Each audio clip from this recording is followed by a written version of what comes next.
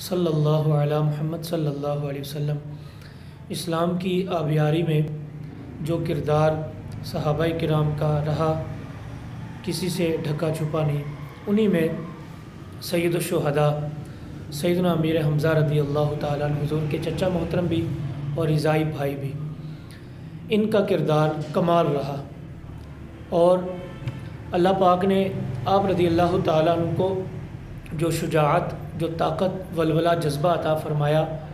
وہ کسی اور کو نہیں دیا، کیونکہ ہر ایک کی ایک الگ الگ خوبی ہوتی ہے،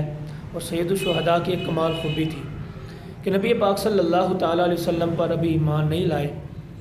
لیکن ابو جہل نے ایک مرتبہ نبی پاک صلی اللہ علیہ وسلم کو برا بھلا کہا۔ آپ کو پتہ چلا،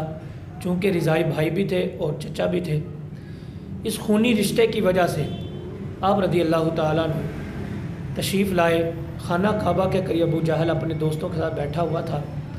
آپ نے آتے ہی اس کو اس کے سر کے اوپر ایک لکڑی ماری اور اس کا سر پھٹ گیا، اور فرمانے لگے، ابو جہل تو سمجھتا ہے میں اپنے بھتیجے یعنی محمد صلی اللہ علیہ وسلم کے ساتھ نہیں ہوں، بلکہ میں ان کے ساتھ ہوں۔ اور آپ نے جذبے کے اندر یہ فرما دیا، حالانکہ بظاہر نبی ایمان نہیں لائے، باقاعدہ جا کر نبی اکرم صلی اللہ علیہ وسلم کی بارگاہ میں کہنے لگے، ابو جہل سن لے، جو میرے بھتیجے یعنی محمد صلی اللہ علیہ وسلم کا دین ہے وہی میرا دین ہے۔ اور یہ کہہ کر آپ رضی اللہ تعالیٰ عنہ حضور کے پاس تشریف لے گئے،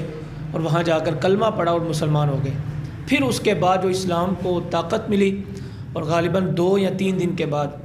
سیدنا عمر رضی اللہ تعالیٰ عنہ بھی ایمان لے آئے۔ جب یہ دونوں شخصیات ایمان لے آئیں، پھر اعلانیہ طور پر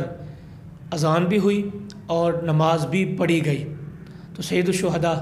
امیر حمزہ رضی اللہ تعالیٰ عنہ کا وصال مبارک 15 شوال المکرم کو ہے۔ اللہ پاک کی بارگاہ میں دعا کرتے ہیں، اللہ پاک سید الشہداء کی برکتیں ہمیں بھی عطا فرمائے۔